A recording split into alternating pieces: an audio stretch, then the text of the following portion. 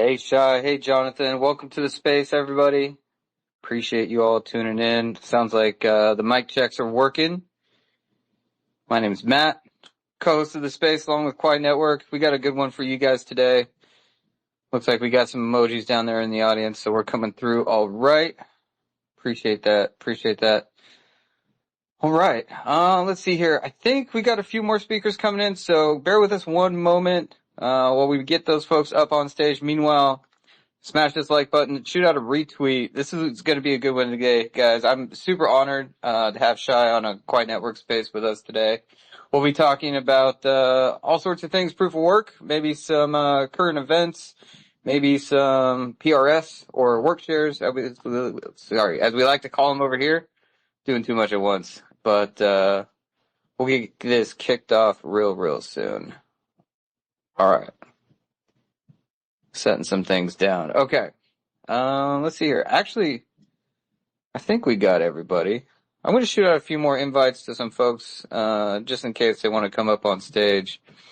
And then ultimately pass the mic over to the people of the hour, be it Shai and Dr. K and Jonathan.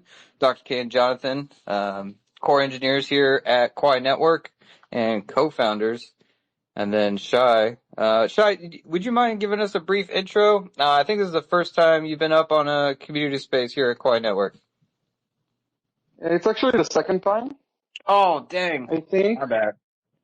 Yeah, we did with Wolf. We've done This is a the first. with Wolf, right? Okay, so it wasn't a community community space. It was Wolf, and yeah. So my name is Shai. That's right. I'm 39 years old. I live in Jerusalem with my wife Noah and my cat Nacho, our cat Nacho, and I think most of the people in this space know me for my contributions to Kaspa, but due to some unpleasant inner politics, I've decided to branch out and become more of like a try to become more of a general proof of work figure and be involved in the variety of endeavors inside and even a bit outside proof of work. And one of the endeavors that I decided to respond to was the cordial invitation by the Quai founders to cooperate on education/research grants, which is essentially means that I participate in brainstorms and explanation sessions about all sorts of more theoretical work that they're doing, and then I'm trying to communicate it to the world. Currently, maybe some of you have seen, I've posted the first out of a three-parter of very detailed posts about selfish mining, starting with a very detailed description of the problem on Bitcoin, and then the granddaddy of attempts to solve it, fruit chains, which is a very theoretically significant paper, but it's also it's as beautiful and significant theoretically as it is extremely impractical. And now the guys here, Jonathan and Doc, and what's the name of this guy? The prefix guy, common prefix, and Dionysus. Dionysus is common prefix. It's the same person. Yeah, Dionysus works at Common Prefix. Yeah, he's okay. co-founder. I thought it's a nickname. Okay, I'm so out of the loop. So yeah, Dionysus, and there's another guy whose name I don't want to omit anyone, but I forgot. Help me out, guys. Who is the fourth author of PRS? Maybe Dr. Freeron? Do you know? No. He's talking about me. Okay, so No, I remember you. There is you and Dionysus.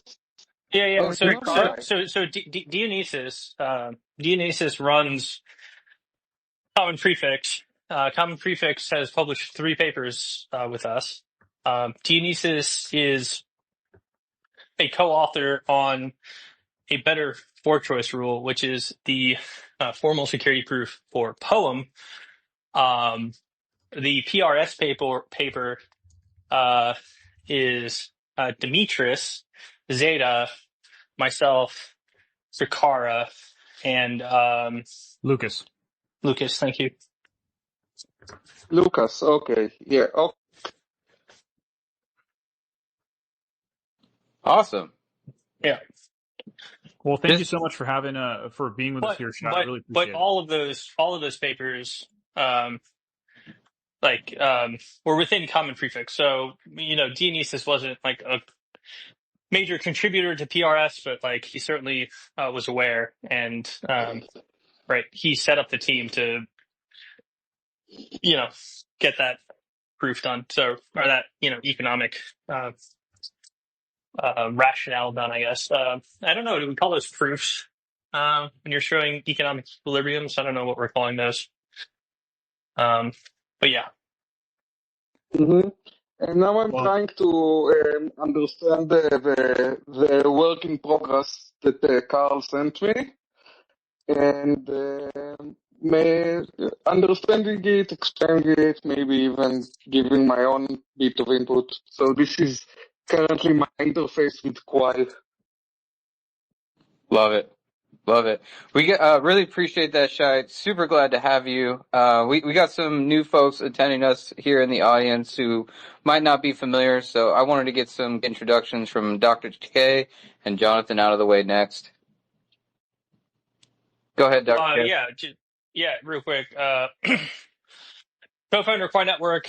Kind of came up with the idea of how to scale proof of work blockchains. Been in the blockchain space as a hobbyist since 2012, full time since 2017. Fundamentally believe in the vision of creating peer-to-peer electronic cash, and that is the point of Quai Network. So, yeah. Awesome. Thank you. Cypherpunk. Let's fight the good fight here and defeat the states and the banks. Here. Go ahead, Jonathan. Hey guys, thank you for having me. Thank you for coming and listening. My name's Jonathan, also co-founder of Quai. Been working in the space for probably about 10 years now, and really excited to have launched what we believe is a decentralized, scalable proof of work network that can replace fiat one day. And in our goal to do that, we obviously have published a lot of research in the space, in the proof of work space, in the cryptocurrency space in general. And educating people is super important. Because a lot of people don't really understand the research, and I'm so happy to have Shai with us to help explain some of the research that we've done. Because economic consensus, game theory, they're all very correlated with blockchains. It's hard for most investors to understand that, so that's why we have Shai to help explain it.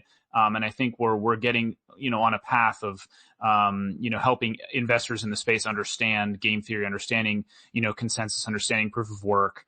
And then, being able for themselves to invest in projects that they believe align with their values, with the values of, decentralized money. So yeah, I'm really happy to have Shai with us. Thank you so much for joining. I kind of want to get to the elephant in the room, which is Shai's recent post about his work with Qubic, right? So Qubic is, another, blockchain that has, claimed to take over, do some kind of 51% attack on Monero. Super interested in, the research that you've done so far. I know it's preliminary, so I'm not going to require you to, say for sure your, understanding of the situation. But it's very interesting to me that, because, and this is actually very closely related to your post about selfish mining, about, measuring hash rate, and the way that we measure hash rate in Quai is a little bit different than in Monero. We use something called work shares, and we can get into that. But it's super interesting to me. So when you want to measure a party's hash rate, right, as a percentage of the total, you must measure how many blocks have they mined, in comparison with the total, right? And if you want to say, well, they have 51%, then you must say, well, they also have 51% of the blocks in some period of time, right? Because otherwise it's probabilistic, right? So I'm wondering how you're able to draw conclusions on their hash rate. I mean, are you doing that over the entire range of blocks and just comparing that number to kind of the total number of blocks mined?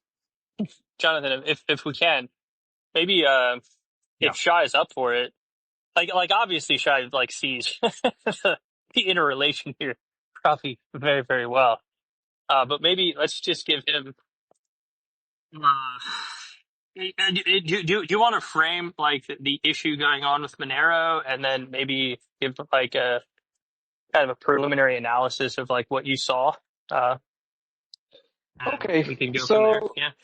yeah, it's pretty much like this. Qubic, they claim that they can raid other coins, and they chose as a target Monero. Now, when I heard that, I felt kind of vindicated because Kaspa, as most of you probably know, uses a very, very ASIC-friendly algorithm. And a lot of people don't like this. They claim that it's centralized. And I argue that, yeah, it can cause decentralization and you need to have countermeasures to this decentralization. But I always said that being ASIC resistance either causes more centralization or it is an ongoing security threat. And the reason for that is that essentially the purpose of mining is to secure your network. And if the world is packed and there is no shred of scarcity in the hardware that can be used to mine your protocol, then you can think of it as though maybe a fraction of a percent of all of the hardware that can competitively mine your algorithm actually does. And this can shift any moment and swallow you whole.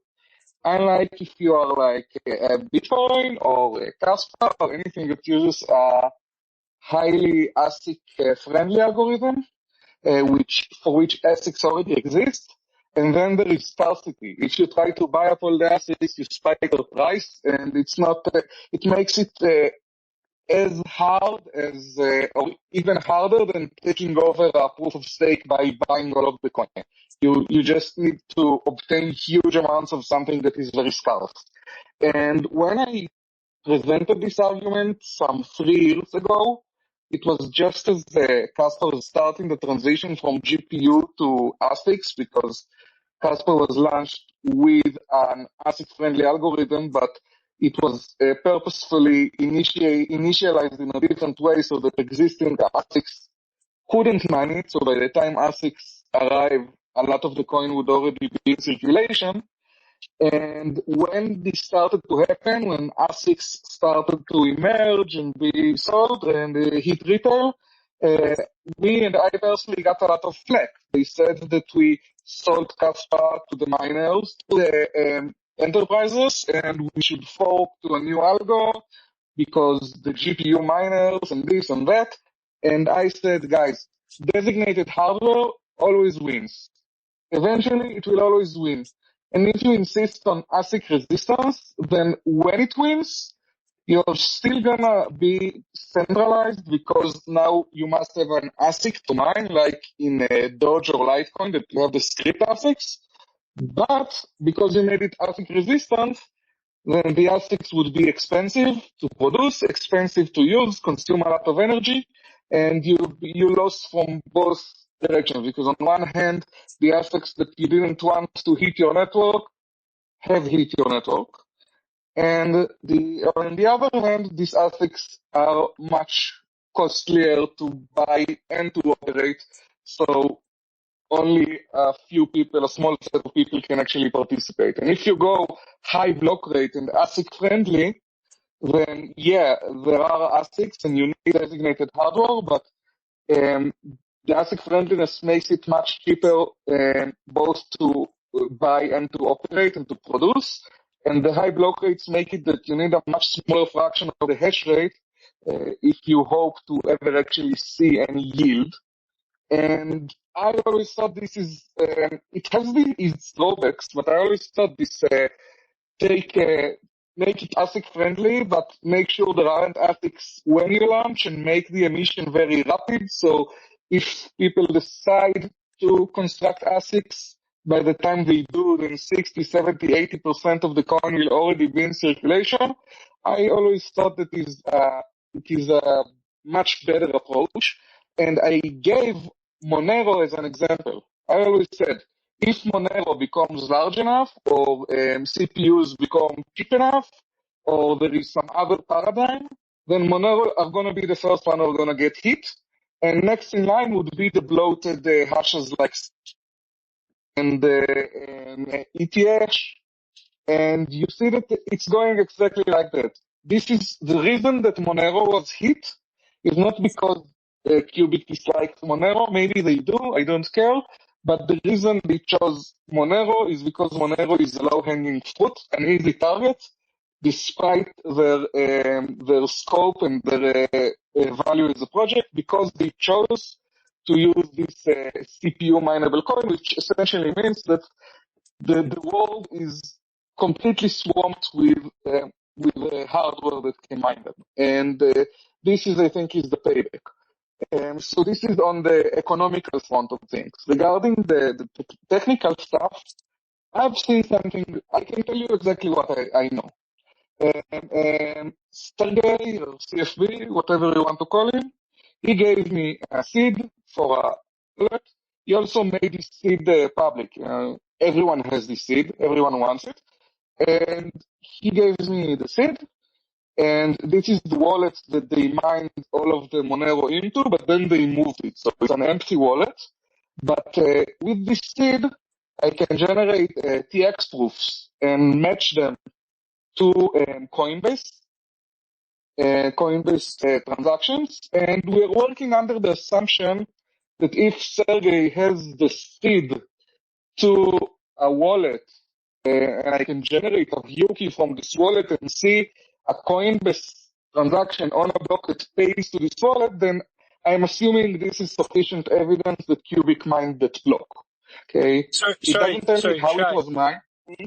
Shai, real quick, just for the listeners, maybe if you don't mind, let me give just like, kind of like an overview of what is kind of going on before we get into the technicals.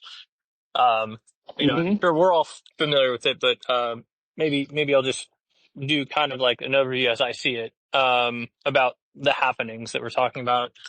So Qubic is a project.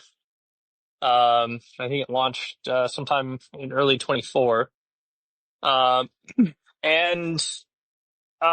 basically they have a GPU algorithm, and they I don't know if their miners are closed sourced or not, but basically what they do is with their algorithm, they have like epoch times. So you only can mine Qubic kind of like some of the time, and other parts of the time they can use the GPUs and the CPUs to mine other coins. So they've been using the miners' CPUs to mine Monero. They've been using the GPUs to mine and sell other GPU-based coins. And this has been going on for at least a year. But recently, is it Come From Beyond is his name? CFB, is it? The Qubic founder, kind of like started a fight with Monero, saying that like Monero sucks and they can take over the network, and Qubic is gonna do a 51% attack on Monero. So they modified the Qubic client to basically try to mine Monero in an uncooperative way to make Monero less usable. And they called this a 51% attack. And so what you've been seeing in the Monero Block Explorer, and maybe Jonathan, if someone wants to post a link to that. But effectively what's been happening is in the Block Explorer, you can see that there's been a pretty frequent reorgs of 2, 3, 4, 5, even 6 Monero blocks, and Monero block times are on average 2 minutes. So what this means from a user's perspective is when Qubic is mining Monero and they're mining this chain of empty blocks privately, when they reveal those blocks, the chain reorgs, and then all transactions that have happened that, in the blocks that are sort of parallel to the blocks that they mined sort of get orphaned out. So your transactions don't confirm. So it used to be if you did a transaction on Monero, you get the next block. So you get kind of like this 2-minute sort of processing time. But with this sort of uncooperative mining attack going on, every time one of these reorgs happens, you could have seen your transaction confirm in 2 minutes, but 10 minutes later, it goes away. And so it means that when you're depositing to exchanges, or if you're buying goods and services, you're going to have to wait significantly longer than you previously did to sort of confirm a Monero transaction. And this would be considered a private attack. And that's kind of the state of things. And then what's happened on Twitter is there's been a debate amongst the Qubic people and the Monero people of, was this a 51% attack or was it not a 51% attack?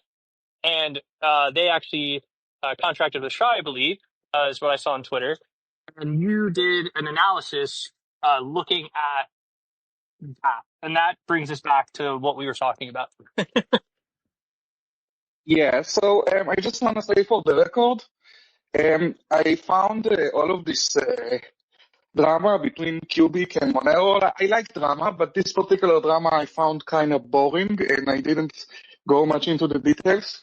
I had no idea that Qubic are selfish mining Monero. I didn't know that, but it makes sense. And the thing is that selfish mining is essentially the reason that just looking at block count is a bad way to estimate hash rate. When you really need to understand if someone has 51% of the hash rate when they have 3 or 4% of the blocks, it's an easy no. When someone has 3 or 4% of the blocks, it's easy to say that it doesn't have more than 5% of the share of the hash rate, because it's very hard up to impossible to get more than your share with this small fraction. Selfish mining is an attack that only becomes relevant when you're large. Then suddenly, it depends also on how well connected you are, but suddenly you see 34%, 35% miners getting 55% of the blocks. It doesn't mean that they have 51% of the hash rate. And in this situation, it's very hard to tell what the hash rate is. But I did isolate a few hour-long windows where during this hour, and a Monero hour, for the record, a Monero hour is on average 30 blocks, right? So it's much more than the 5-6 block reorg. And I've seen windows of an hour where they made 80% of the blocks. So it's able to say that at least in some peaks they did probably manage to get more than a half, because as far I don't know selfish mining attacks that with a minority can bring you above 70-80%. And it could have been stochastics, but since it happened consistently for like 2 hours straight, I don't believe it is. But one thing you should take into account is the DAA bias, the difficulty adjustment mechanism. It's supposed to respond to changes in hash rate, and its response is delayed. Now, if you are in a blockchain like Bitcoin where you have difficulty epochs and the difficulty is fixed throughout the epoch, and if something changes, you just need to wait for the end of the epoch, then in Monero they use something else called the sliding window. Every single block looks to the past, I think 2 days back to the past, and uses what they see to each and every single block. They adjust the difficulty adjustment, and this causes like this bias drift. And if you look at the difficulty chart of Monero, you see that it fell down by almost 20% exactly at the height of the attack. The Qubic attack So it's possible that they got more blocks because a lot of switch miners switched, but it gets even worse than that because when there is an increase in difficulty, which is what started, then it makes block too fast. It's supposed to be like 2 minutes per block, but it goes down to like minute 40. And then this increases orphan rates, and this increases the selfish mining, and you have second order attacks that nobody knows how to compute, and it becomes a whole mess. So all I can say is a broad stroke. But if you're only looking at the broad stroke, still I can isolate a period of about 2 hours that Qubic had almost 80% dominance, and it's not something you can just ignore.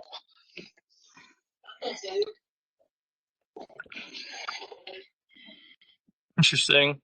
So when we're looking at the hash rate, and I think Matt posted a graph here.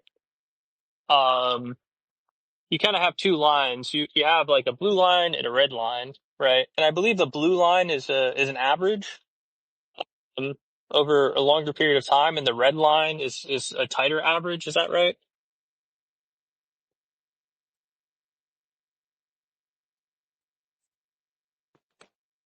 Sorry, I'm pulling it up right now. I'd have to confirm. Oh, I'm sorry. I was on mute. I'm sorry. Okay. The blue graph, at each point, he tells you what fraction of the blocks was mined by Qubic out of all of the blocks mined to this point. So at like point 300, you see, okay, Qubic mined, I don't know, 100 of the blocks out of 300, so it's going to be 1/3. So it kind of averages out everything, as you said. It's more accurate at the start because the window is smaller, and then it just becomes more and more dominated by the total average. The second graph, the red graph, at each point, I just take a window of an hour, a symmetric window of an hour, like 15 blocks to the left Right. to 15 blocks to the right, and I see how many of these blocks are Qubic blocks, and I plot the ratio. Right. So when I'm interpreting this graph, if I'm like interpreting it, I kind of see the blue line as the real amount of hash that they're bringing to the table as a total percentage of network hash, which is somewhere around at max here, somewhere between 35 and 40%. Now, the red line is sort of an indication of variance. And the thing that I think is very interesting here, and one of the reasons that we put, work shares into Quai is the red line has a lot more variance because of the subsampling of hash rate. So if you think about a proof of work network, every block is a sample about what the hash rate is voting on. And for me to understand that 51% of the hash rate is indeed voting for something, I need to have a large enough sample size that I know that that sample represents 51% of the hash. And if we look at just basic statistics of populations, if we consider these to be independent events, you would need at least 6 samples to get you about an 85% confidence interval. And to get over a 97% confidence interval, you need something like 30 samples. So with Monero, if we're looking at just the 6 sample threshold, that happens, over 12 minutes. And in a system like Quai with work shares, what we end up doing is we take intra-block samples of the hash rate using the share. So instead of taking one sample every 2 minutes, we take basically a sample every half a second. And in some ways, this is also how Kaspa works. There's a difference in the graph dependency measurement in terms of how you can weight, each population sample. But the point is you're sampling the hash rate a lot more quickly. And with that faster sampling, you understand where 51% of the hash rate is much, much more quickly, making selfish mining as well as sort of these, 4, 5, 6 block reorgs much less possible because you know what the actual hash rate is more quickly. So if Monero were to adopt something like work shares, as long as Qubic were to remain a minority aggregate hash rate, the reorg problem for Monero would effectively go away. I guess would be my statement. Love to kind of hear your thoughts on that, Shai. So I think, first of all, I think that you can't attribute this entire graph to variance because I remind you each point of the graph is an average over 30 samples. So it's not like very, very finicky. And I agree with everything you said in theory about workshells, at least if they give weight to the workshells. Otherwise, workshells don't really provide protection against reorgs, just against selfish mining. But I do think that if you look at this graph and you see this huge drop from almost 80% to 10%, I don't think you can attribute all of it or even most of it to variance. So I actually think if we were to look at this, I would actually think if you put sort of the error bars around your 30 sample moving window, I think you would end up seeing something very similar to the blue line, even if you just put error bars on the red. Would be my guess. Right, because even for like a 30 sample population, right, you take enough 30 sample populations, which it looks like you did here, you're still going to get, significantly sort of lucky fractions out of the 30 and significantly unlucky fractions out of the 30, which you can kind of see, you have like an 80% and a, 20% here. So my guess is if you actually put error bars on that red line, it would sort of be more commensurate to saying that the actual hash rate at any given time was much closer to the blue, and that what you're seeing is variance in the population. I think that I don't think that if we look at everything that happened before the huge trough. Hey, sorry, real quick. Apologies. Shai, just FYI, Dr. K, let me know, is Shai's audio clipping, or is it just me? He is clipping a little bit, yeah. Okay. Shai, I just wanted to let you know, your audio's clipping a little bit, so just FYI, maybe there's something you can do if you're not on Wi-Fi, try that, or maybe it's just like your mic, or changing mics or something. It's probably I don't think it's the mic because I hear your audio clipping. And I tried connecting to a different Wi-Fi. Let's see if it's gonna help. Okay. Appreciate that. Is it better now? Yeah, maybe. Let's keep rocking. So, just from eyeballing it, I assume there's gonna be generous error bars, but I don't think they will be over 15-20%.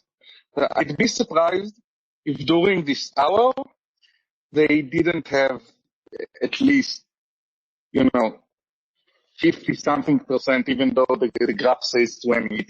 I would really be surprised to find out that this is just noise and they were around 30% all of the time, because the sample windows are generous. They are 5 times larger than the larger claimed reorg.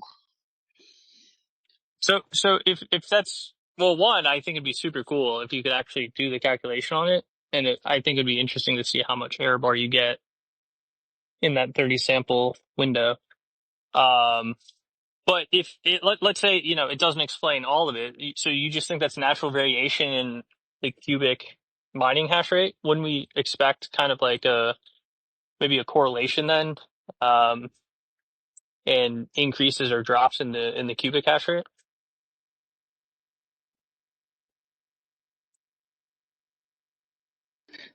No, I think the key point here is that it's really hard to infer something very, very concrete just from the consensus data, which is in a way what you're trying to solve with PRS, because the whole problem is that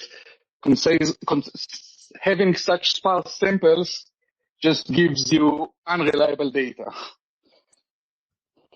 Yeah, I agree with that 100%. I want to draw your attention, Shai, to something else that was kind of interesting to me.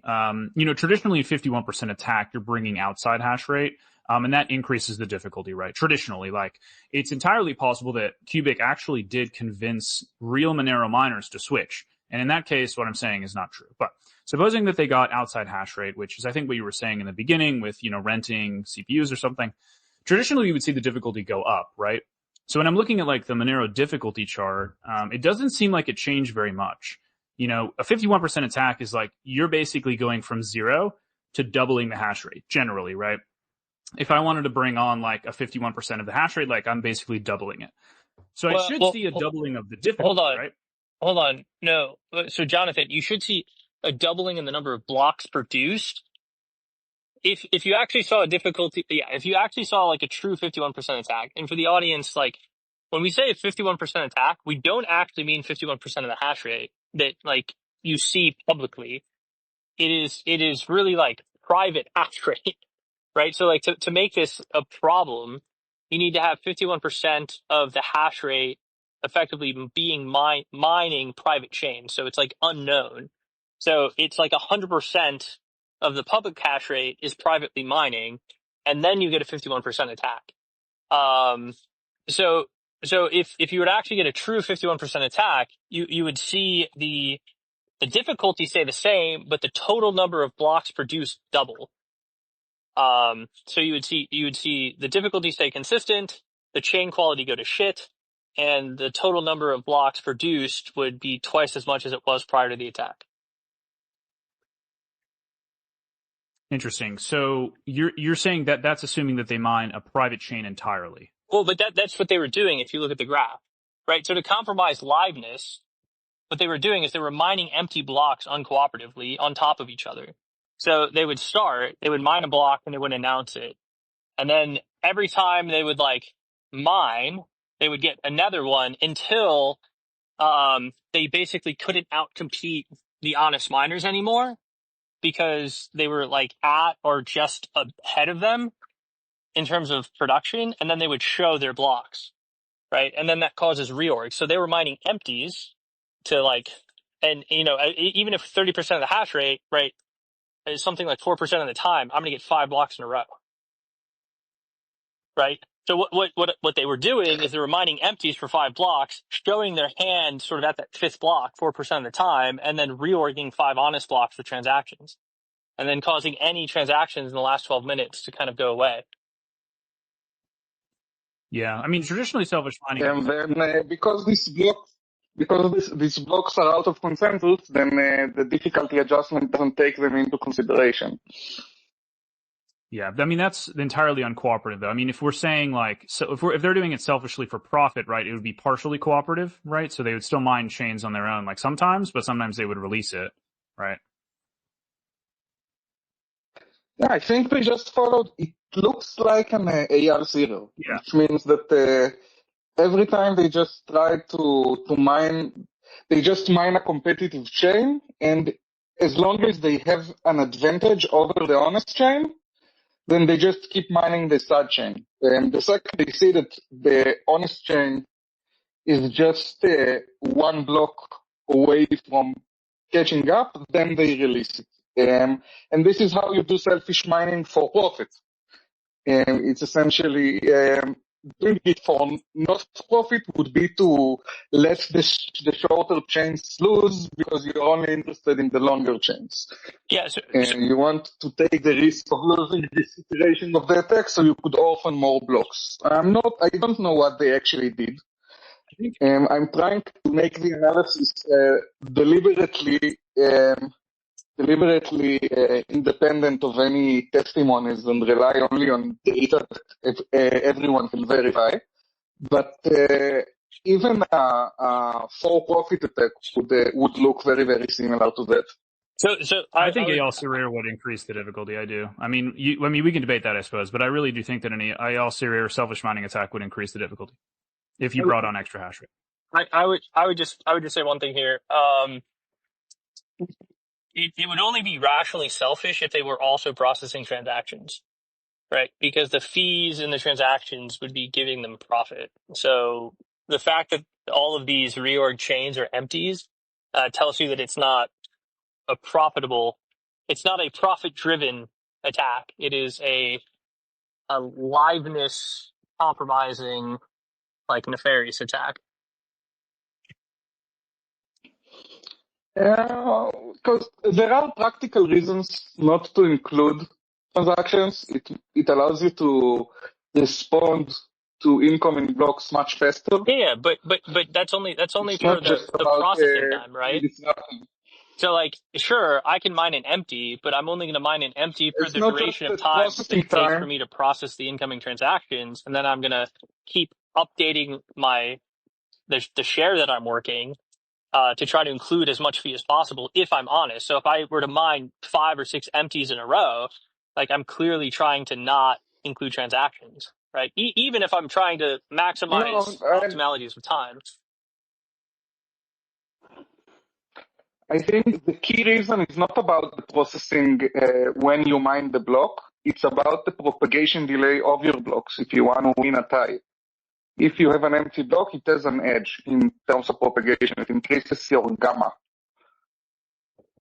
Oh, I mean, given the connectedness of the network, you really think that that's like a big motivation here relative to the fee take? I can't talk about motivations because I don't know what choices they make and why. But I can tell you that generally speaking, it becomes much more relevant for Monero because Monero blocks are much heavier to verify than standard blocks. And I think not avoiding transactions seems to make a lot of sense for selfish mining, even if it's a for-profit thing and not completely liveness attack focused. So I would agree with you that deferring processing of Monero transactions when a new block is found is like absolutely rational. But I would also say that independent of mining, you can process those things relatively cheaply on the side. So as you're mining, you can just easily update your share. I think Yeah, the this fraction of requires like a lot of advantage of coordination. gamma is like very slight here. So I personally, we haven't done the analysis. I don't think either one of us has, but I personally think if you were optimizing for this, you would still see filled blocks if you were optimizing for revenue. And yes, you might see empties now and again because you find a block before you finish processing your first, filled block. And that's perfectly reasonable. We see that in Bitcoin. We see that on all of these different systems. I'm sure even the people mining Kaspa do it.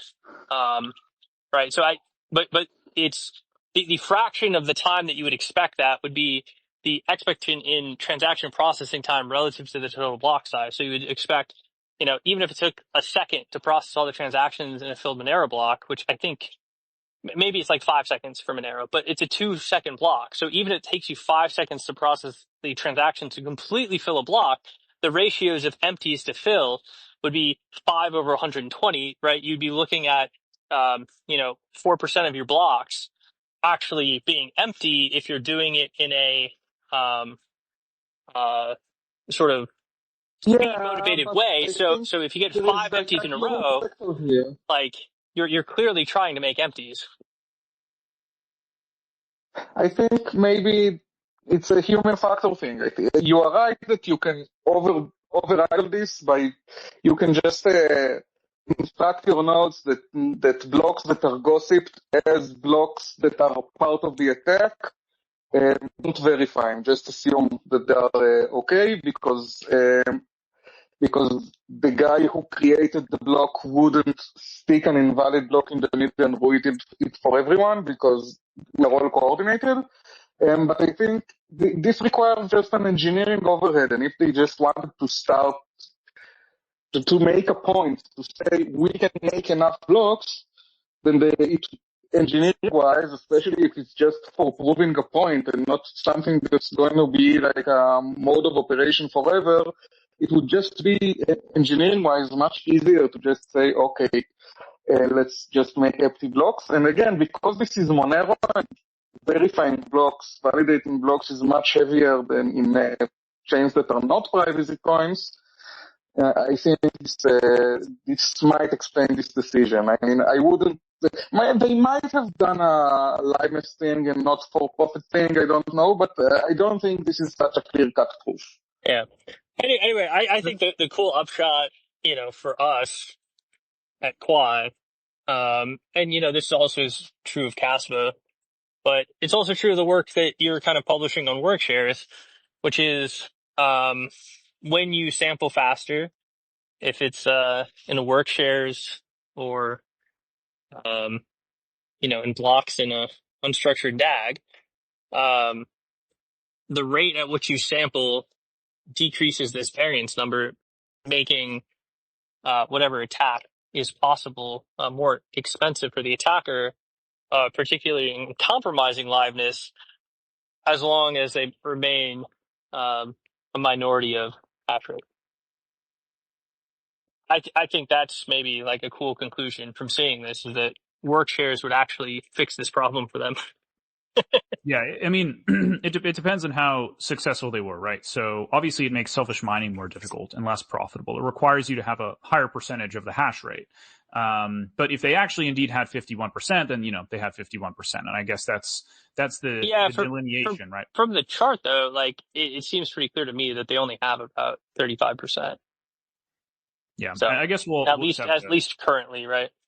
We'll have to wait for Shai to complete his analysis on the subject or agree to disagree on it. I mean, yeah, personally, I'm not exactly convinced yet, just because the difficulty didn't change. But I mean, I guess more analysis is necessary. But I do kind of want to switch topic just a little bit and maybe we can talk about ASICs and GPUs. So, one thing that Shai said initially is that ASICs, I guess ASIC type algorithms are more difficult to attack. But I'm wondering if the incentives are such that if I provide even ASIC miners, right, if I provide them a pool that gives them a higher return, then would they rationally switch to that pool, right? So supposing that perhaps Qubic didn't actually get more hash rate from idle CPUs, perhaps they actually just convinced Monero miners to switch. The question is, would a rational miner decide to switch if they had a profit opportunity, such as a pool giving them a higher profit potential? I mean, is that like a rational choice, you think? I'm going to pose that question to both of you. Yeah, and I'm trying to ignore this aspect entirely. I'm going to be very clear in the analysis. I can say absolutely nothing at all about how this hash rate was obtained. If it's like, it could be switch miners, it could be rented hash rate, it could be an AGI that lives in a singularity under CFB's pillows. I don't know. All I can tell you is what I see, how the blocks distribute. I try to ignore this entire question because I don't think it matters. If they managed to somehow find a way to twist the economy of Monero mining such that they can do all of this selfish mining, and it really doesn't matter how they did it, and even if they spent money to do it, the feasibility of it is a proof that going CPU, not proof, but evidence that going the CPU resistant route, at least for traditional chains, is very, very problematic. I think stuff like PRS would definitely give a lot of protections against liveness attacks for miners with 30, 35, 40%, because in Monero or Bitcoin or any traditional chain, if you have 34% of the network, then you can't completely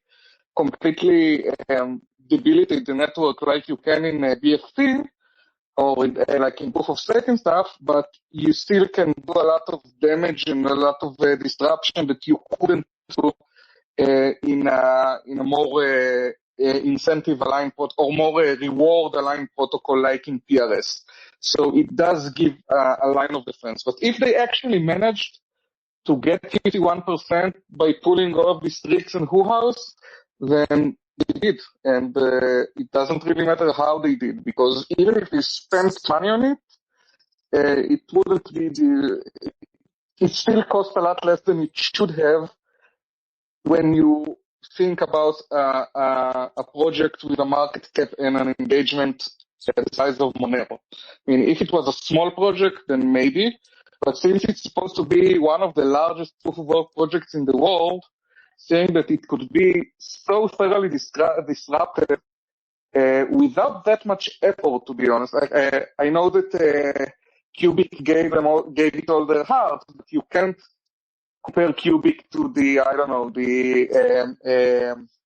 how do you call this? I forgot the name, like the guys in this US government department that nobody likes because of data security. NSA? Completely forgot it. NSA, exactly. You can't compare them to the NSA. You can't compare them to the Chinese government. And Monero, its selling point is exactly that it's supposed to be robust against huge scale attacks, global scale attacks. And then all of the Qubic posse just flipped a switch and managed to make this happen. It's a very, very good look, very bad look at Monero, no matter how you twist it. So I think it's not about how well organized the Qubic guys were, it's about how badly placed the incentives on Monero are. And one big problem here is their insistence to use the random mix. I called out random mix as a huge vulnerability in Monero 3 years ago, and people laughed at me, but I think it really corroborates what I had to say. But I do think going for something that is more GPU and less CPU, because CPU is insane. But going for GPU and if you have a very good solution for self-shining, I think it could offer a much, much more resilient robustness. So just for people joining, when Shai references PRS, that's what I'm calling work shares. And that's just what Quai uses to sample faster and have greater resilience against these liveness type attacks. Now that being said, I think with Jonathan's question, I think he was maybe posing a question beyond just this, Monero and liveness conversation, but he was asking a question about with selfish mining, does selfish mining incentivize pool participation? Feel free to chime in to clarify that, Jonathan, or yeah, I was try to just respond. saying, so what are the incentives and how do they differ between the GPU and ASIC algorithms, right? So, or CPU and ASIC, whatever you want to say, right? So some are saying, well, ASIC, Shai was saying, for example, ASICs are better because they're, I don't want to say permission, but sort of permission, it's harder to obtain a lot of them, right? It is difficult to obtain the number. It's difficult perhaps to rent them. I like to say scarce. They provide scarcity that you can't get from generic hardware. Yeah, I don't want to, rile anybody's panties here, but basically the idea is right that they're a little bit more scarce, a little more difficult to obtain. So perhaps an attack is more difficult. My question is then posed to, I guess, both of you is, if a rational miner only chooses the most profitable mechanism to mine, would they then move to a pool that, maybe has, bad intentions? Maybe the miner doesn't know that. But the pool provides a greater profit, right? So let's say I start a pool and I give you twice the rewards, right? So I just have this giant mass of USDT and I give you twice what every other pool pays you. Would I be able to get to 51%, right? That's the question. Does it differ between the two? And if I were to be able to get to 51% by offering you twice as much, would I be able to do the same attack on either system? Well, let me maybe take a first hack at this and then Shai jump in. So what I actually see is that all of the big pools right now in proof of work schemes that are so vulnerable in their incentive design to selfish mining, the thing that keeps them intact is kind of altruism of the pool size. But your ability to over-represent your reward that you get per hash starts, like even in Bitcoin, if you could say summon maybe like 7-8% of the hash, if you chose to selfishly mine with that 7-8% of the hash, you can over-represent your hash rate. It's just all the pools right now in Bitcoin kind of have like detente, I suppose, wherein they're all saying we're not going to selfishly mine kind of like for the good of the network. But if an upstart pool came in with say 7-8% of the hash and said we're going to selfishly mine, they would offer a greater reward per hash, and people would start moving there, and they would represent more and more of the hash rate, and they would be able to represent more and more of the hash. So if somebody just exploits that loophole, the detente is that you're going to have like a few number of pools, maybe I think 3 or 4, who are all selfishly mining. Is my guess, is like the outcome of having a selfishly mined protocol. But Okay. yeah, feel free to jump in, Shai. 7-8% just sounds really low to me. I think, the bound depends on your gamma that's known. Gamma is virtually impossible to compute. But if you assume that no pool has this huge advantage over another pool in terms of connectivity, and you set gamma equals to half, then the profitability threshold for quantum mining it's more around 23% than 7-8%. Fair. So I guess everyone who's over that size has an altruistic detente to not do this, but it's only altruism that's preventing it. I wouldn't even just call it altruism. I think it's also about reputation. I think selfish mining attacks are detectable. They're highly visible, right? You can't read them off the chain retroactively, but in real time you can notice them, and you can locate their source as well. And I think people who will mine in a pool that selfishly mines, then yeah, some of them will say, I don't care, it brings me more money. And others will say to themselves, well, a pool that's not above disrupting the network for profit is also not above stealing my money for profit. If at one point they just want to take all of the rewards and flee, it creates like this trust issue. And it's a weak trust issue. I agree. It's like more of like a cultural thing than a rational thing. But still, I think it plays a role here, and it's not modeled in any of our models, obviously, because how are you going to model culture? But I think it does play a role. It's not just about, being altruistic. It's also about, there are people who make this decision, and they're going to face judgment from the environment, and they're going to face judgment from their clients, and some of the clients might leave, and there are all sorts of incentives that we don't know how to model, emotional incentives, cultural incentives, and they do play a role here. It's not just about altruism. But you're right that it is a problem because we are talking about cryptography here and about proofing something that is highly sensitive, then we don't want to rely on culture because it's too ephemeral. Because you want a solution that's going to work 100 years from now when culture is completely different. So it's like a tight line to walk. I don't completely agree with you that in our world the scenario say is possible, but we need to be resilient to it because Bitcoin is supposed to last through the generations. Bitcoin, crypto in general.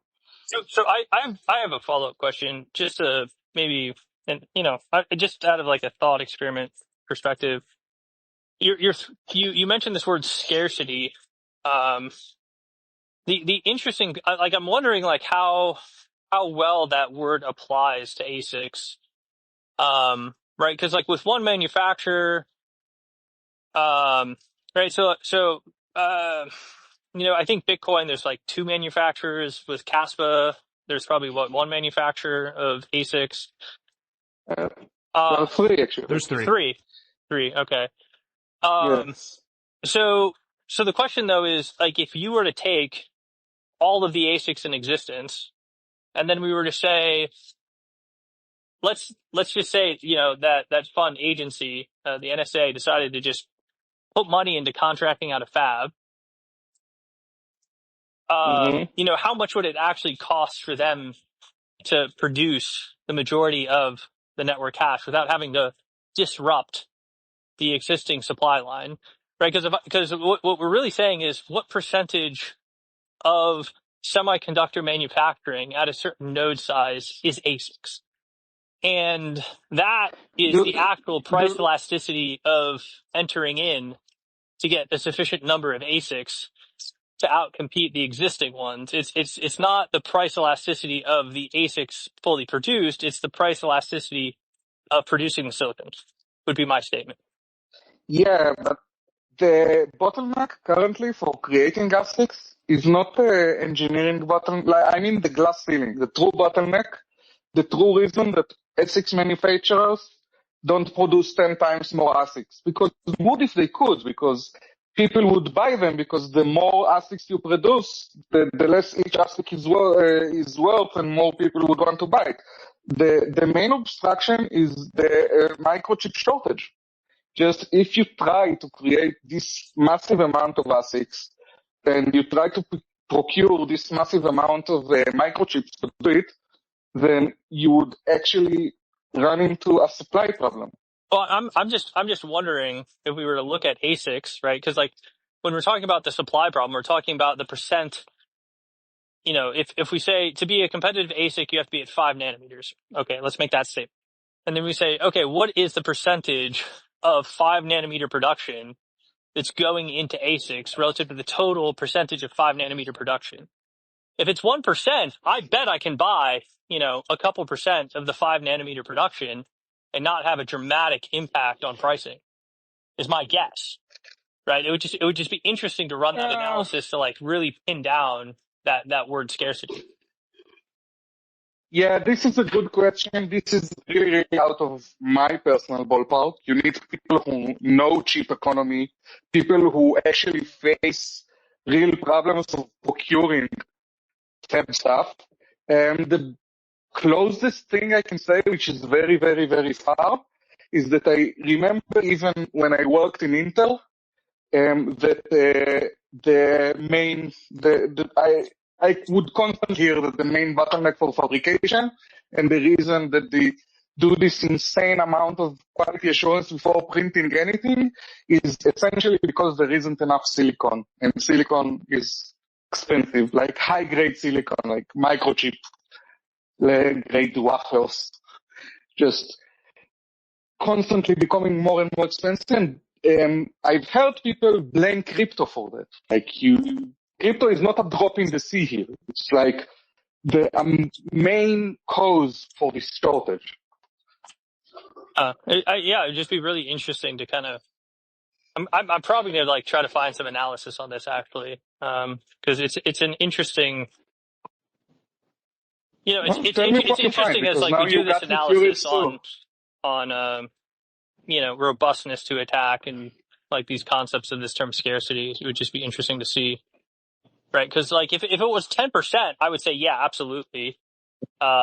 It's gonna be very hard to co-opt enough instantaneous production to do anything.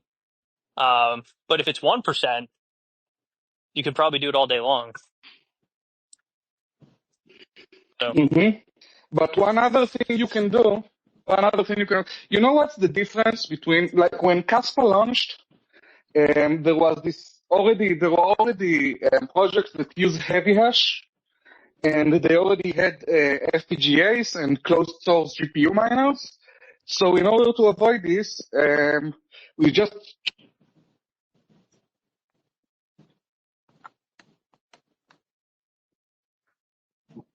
Did we lose him? Yeah, I can't hear him. I really wanted to hear what he said. Yeah. Well, he was going to say he was going to say they modified the. Oh, he's coming back. So we lost you at they were using heavy hash. So to avoid this, we did, and then you cut out. We changed the IVT. That's the initialization vector. The whole difference between heavy hash and heavy hash, at least that's what I told me, that all we did was to change the initialization vector, and that's enough.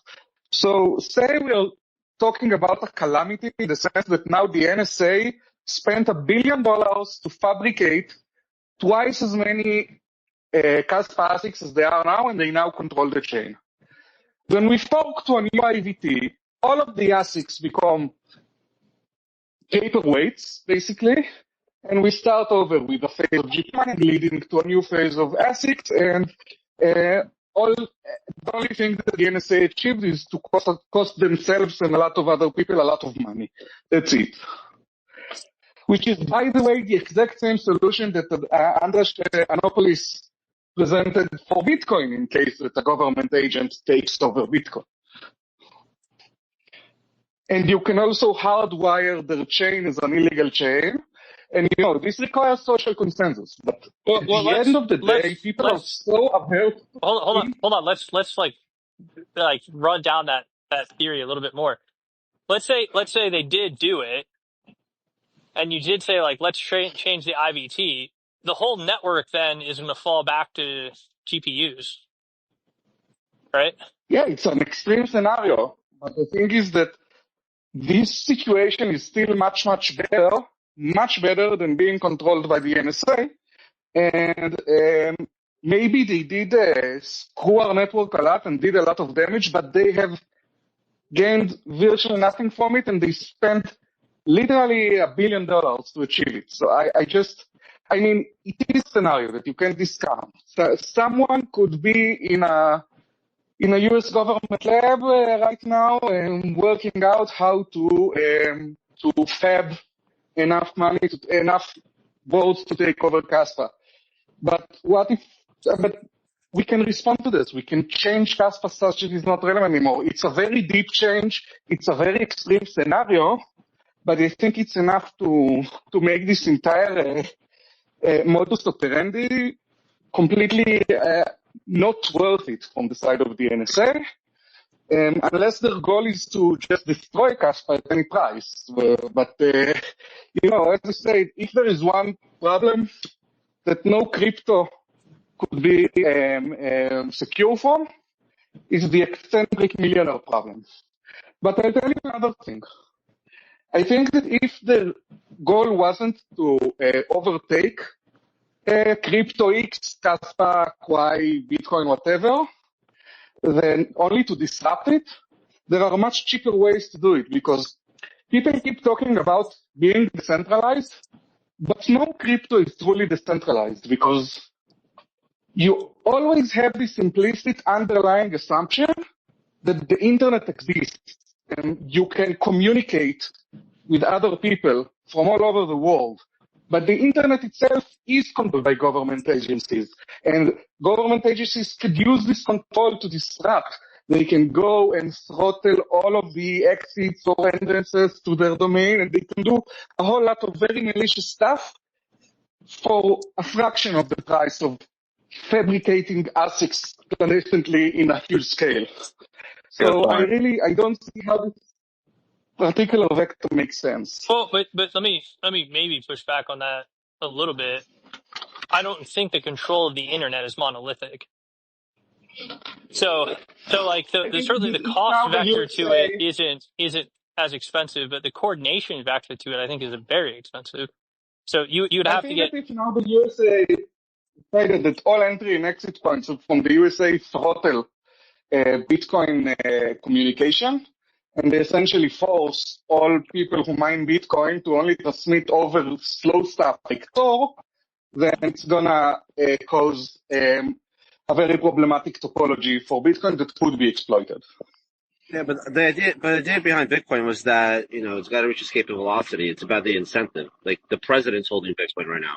Like, that, the whole point was to get enough people in the world with enough capital to hold Bitcoin where the incentives align. It's not really about can it be shut down if the U.S. government throws $3 trillion at shutting it down. Like that, I don't think that was ever the question.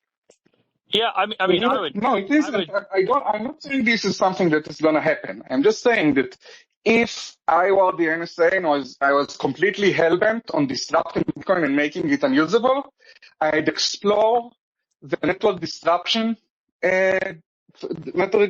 attack vector way before I'd explore fabbing enough ASICs to overtake it. Yeah, I would just add on to Mr. Otto's point though. I think the like true resilience here, right? Even within a proof of work setting, the proof of work is about having sort of fairness at the tip of the blockchain. But every work system has, an ultimate reorg depth. And that ultimate reorg depth is kind of where social resilience comes in. Because, when we talk about the algorithm, we're talking about going past that reorg depth. We're talking about incentive alignment for people to want to disrupt the system.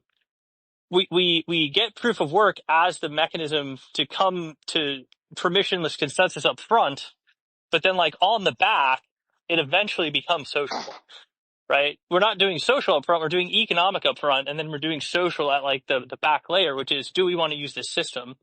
Do we want to disrupt this system?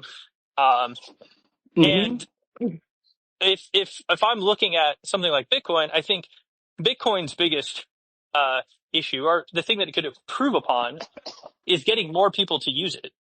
And if you have more people using it for more things more often, instead of just kind of huddling it, but you have a soccer mom buying her groceries and filling up her gas tank with Bitcoin, that makes Bitcoin more resilient because it makes it politically untenable to try to interfere with. So the more you can ingrain it into people's daily lives, the more socially resilient it becomes. That's my perspective. Can I piggyback that real quick? And then just, sorry, I just want to piggyback that real quick. I'll add, and if that system provides a competitive advantage, ultimately the folks who use it will outcompete the folks who are fighting against it. So that's my thought on that. I'm loving this conversation. I just do want to do a quick time check, just let everybody know we've been up here for a while, and welcome the panel to Mr. Hoddle. Definitely has some questions. I see his hand raised. So if we have some extra time, would love to get Mr. Hoddle introduced and allow him a chance to speak.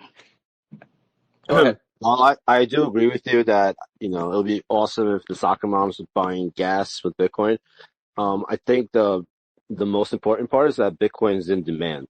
That I don't care why, for the network, all it cares about is that their transactions, right?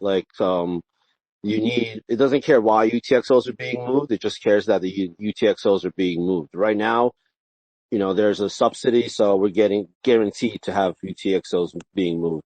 When the subsidy runs out, then obviously it's important for UTXOs to be moved without the subsidy. But the reason why they get moved, I don't really care if someone's buying Bitcoin to hodl for the next 100 years. That person that he's buying to hodl from is someone else is spending it. So I don't care about the soccer mom as much buying gas as much as long as just Bitcoin is in demand. I don't know, for the reasons why I think it became to existence in the first place, is to stop money printing. That's one. Two, I have a question about what's going on with Monero. Do we know of any double spends that are happening? Do we know of any, how far reorg it went back, or we don't because I haven't been keeping up. So I think the deepest reorg I've seen reported is 6 blocks. I haven't seen any proof of that. It's just BitMEX, they're called. One of the research institutes claimed that. I don't see why they lied. They're on Monero's side. Yeah, we saw that as well. There isn't any report of a double spend, and it makes sense because it seems that all of the blocks created by Qubic are empty anyway, so they couldn't double spend. So I think this is more of a selfish, something. We're trying to place it between completely for-profit selfish mining and between a completely malicious liveness denial of service attack. And I think the truth is somewhere in the middle. You just said there were no double spends because the blocks were empty. Is that what you're saying, that there were no Monero transactions happening while this was going on? In their blocks, yes. In their blocks, it seems so. I didn't inspect them, but that's how it's reported. I posted the list of blocks. You can just go number by number and check if you see any transactions. Okay, yeah. All right. Yeah, Thank you. From our perspective, looking at it, we were seeing chains of empties. We did not see any transactions going through. Now, to actually execute a double spend attack, people have to understand that you have to go off chain to do a double spend attack. meaning you have to trade crypto for something that's outside of that crypto system. So most merchants or exchanges have confirmation times that are deeper than 6 blocks on Monero to begin with. And with the ongoing, issues, they're certainly, looking at potentially extending those times to make sure that they don't get double spent. So as long as people are kind of aware of that, it's really a liveness attack or a denial of service attack. But I think everyone is aware of it, so there's really no quote unquote double but spending taking place. that's a cat and mouse game, Yeah, right? like right now, Sorry. if I wanted to double spend, Yeah, go if I ahead. wanted to double spend in Monero right now while the Qubic shenanigans are going on, I would just find a merchant that accepts transactions after 3 blocks, 4 blocks, even 6 blocks, pay them in, and then hope that Qubic are just happens to reorg out my block with the empty blocks, and even that won't definitely work. I would have to be quick enough to spend the same transaction to someone else, otherwise my transaction would just be reposted. Oh, does that happen in Monero? Actually, I'm not sure it happens in Monero. Does Monero allow retransmission of transactions, or do you have to regenerate it? No, there's a pool. I don't know. So the I'm sure pool they have would RBF. the pool would replay it if it No, exists, I know and it there would is allow a you to pool. RBF it. Otherwise, yeah. Yeah, RBF. Okay, RBF. Okay, if they have RBF, then fine. Because I don't know, maybe the privacy model requires you to recompute your something when you RBF. I don't know. I really don't know. Great questions. Man, really appreciate this conversation. It's gone on an hour 20 now. Looks like we're losing Yeah. some of our speakers. Let's try I'll to get them back. I'll just point out, right? I think Mr. Hodl was maybe, is a little more of a Bitcoin maximalist. I think everyone here, very much appreciates Bitcoin, but we also understand kind of the limitations at scale, right? And right now, Bitcoin is basically being held up by the block subsidies, which are those sort of inflationary fees. And at 5 TPS, sort of the transaction fee that would have to exist right now, I think is something on the order of like $1,000 per transaction if we were to try to dispose of the inflationary subsidy. So I think something that maybe Shai and I agree on is that the way that you get a sustainable, proof of work model where you have fixed or deflationary supplies is that you have to create revenue through transactions. So you have to encourage velocity of money, and there's different ways to go about that. But the one I think we certainly agree on is being able to increase transaction throughput, so you make low fees and you can generate a lot of them. Thus, you can have an accessible system that has enough revenue to pay for mining security without, having to sort of violate maybe a hard cap like 21 million. Yeah. I think we lost him. Mr. Hodl, if you're still available, feel free to request to come up to speak. My only 2 cents there were, he harkened back to the original vision of Bitcoin. I don't think it was digital gold. I do believe it was replacing fiat as money. Yeah, if you want to replace fiat, you gotta fix a lot of things, right? I mean, it's not just being a sovereign digital cash. It's transactions per second is one thing. Fees, economic security. Like there's a lot of things that they got to fix, in my opinion. Well, and the thing that almost is like hilarious to me about the digital gold argument is if people know about like the mempool, there's kind of like an issue, and they set the base fee to 6102 sats, and 6102 sats is actually a reference to a law in 1933 that happened where Roosevelt confiscated all gold of all private citizens. He went into everybody's safety deposit boxes and took their gold, and then made it criminal to hold gold as a monetary asset for 40 years in the United States. And all that gold ended up in Fort Knox, and they paid people $20 an ounce for their gold, and that was Act 6102. So it's Are you actually saying? funny to me that they call it digital gold, right?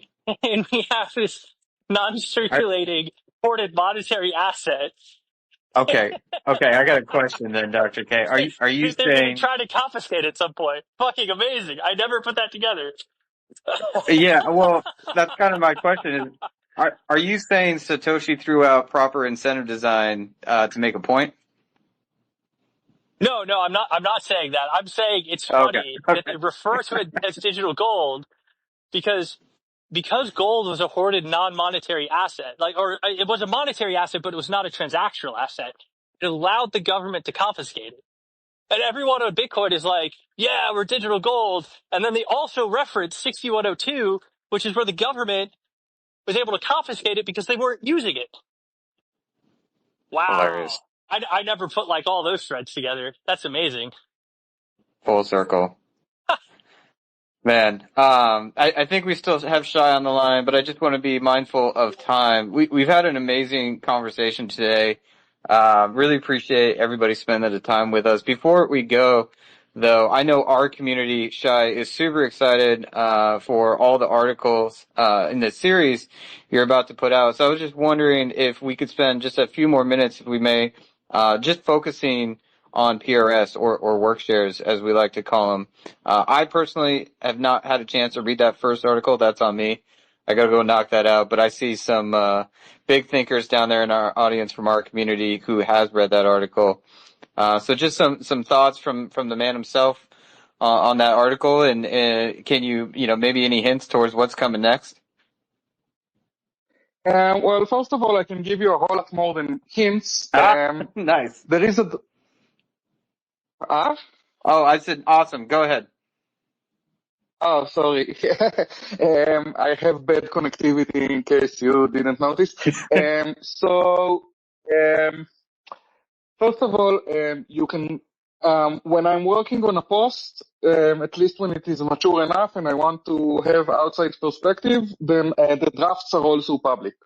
So the second part is almost ready for publishing. There are a few things I want to touch up and add. I also got this huge list of very good comments from Elliot May. He's one of the Kaspa researchers and a brilliant mind. So I want to incorporate all of that. The first and second posts are like a combination of required background and history, because there is a story here. Selfish mining is not just a mathematical curiosity. There is also a nice story behind it and how it surprised everyone and changed the way we look at probabilistic consensus. The second part is going to be about fruit chains, which was the first, I call it the granddaddy. It was the first attempt to actually fix this problem. And it's fascinating. It's a really beautiful idea with a lot of motives that were new at the time. And there are some, it wasn't the first person ever to think about increasing samples, but the way they did it, the way they put everything together is just beautiful. And now, beautiful things tend to be impractical because reality tends to be ugly. But I think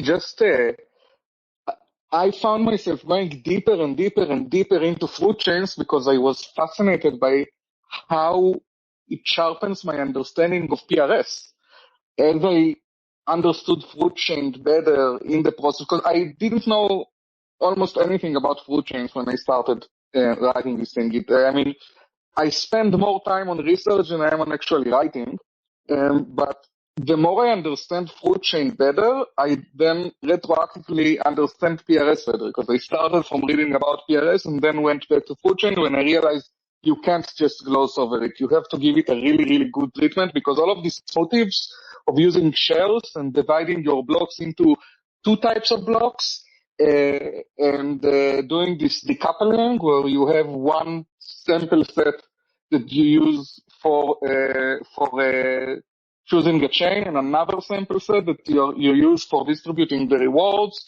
This is where this entire idea of decoupling started. And understanding this core underlying theme and going with it to understand PRS, which is a deeper, more complicated protocol, which has more nuanced security properties because it goes into the currently not too charted territory of not assuming honesty at all, just rationality. It really, understanding fruit chain well is really, really useful for that. But other than that, I think it's just a gem. It's just one of the prettiest results in the consensus theory, in the permissionless probabilistic consensus theory, if we're being more exact. So I'm very excited about the fruit chain post itself, not just as a preliminary for PRF, but just I think it's a unit of knowledge that in its own would be very beneficial to anyone who wants to understand properly how proof of work works and what selfish mining is and why is it so difficult to overcome.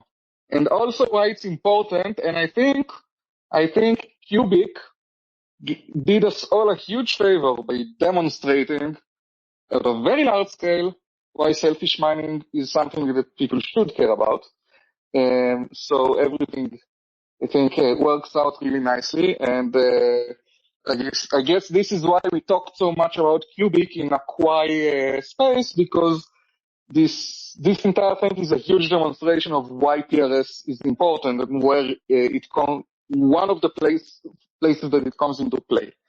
And the PRS part is going to be challenging and interesting to write because PRS is not completely solved. There's still work to be done. There are still things that are worked through. And the third post might be a bit more hard and involved to read, but it's intended to get people to a point where they can actually start thinking about how to progress this endeavor. And they should be exposed to raw thoughts and ideas that are still being worked out and not just to complete and packaged results. And it's a type of writing that I rarely get to do, and I'm very excited about it because it's much more, it gives me, as a writer about math and as a person who constantly lives through this loneliness of math, that even the people I love the most, unless they happen to be mathematicians, I can't really share with them this process, which is so meaningful to me and is a huge driving force in my life. So this ability to introduce people into an ongoing research process, I think this in itself would be very fascinating for me and hopefully for the reader too.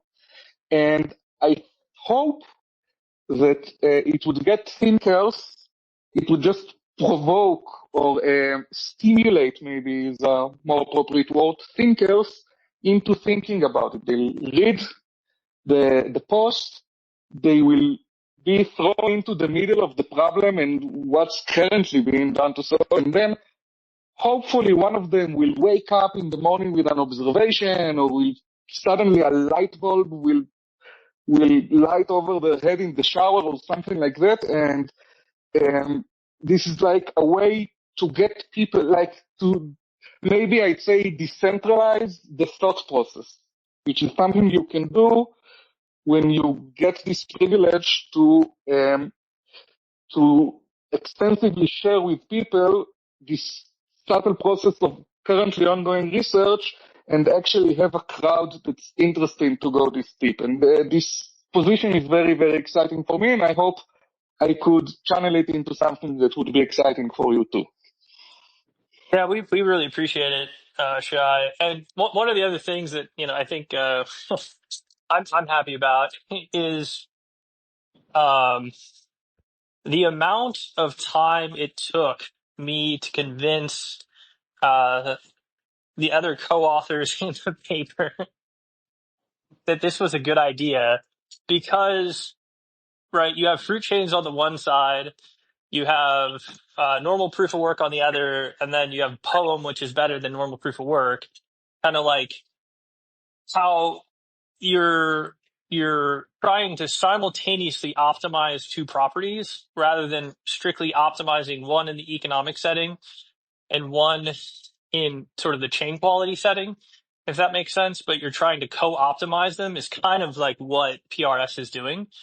But like to see it when you're thinking about it as this like multivariate problem is actually quite difficult to rationalize. But the more people that kind of get it, obviously, they can communicate it in different ways. And yeah, it's great. So. Heck yeah. Well, I'm really looking forward to it.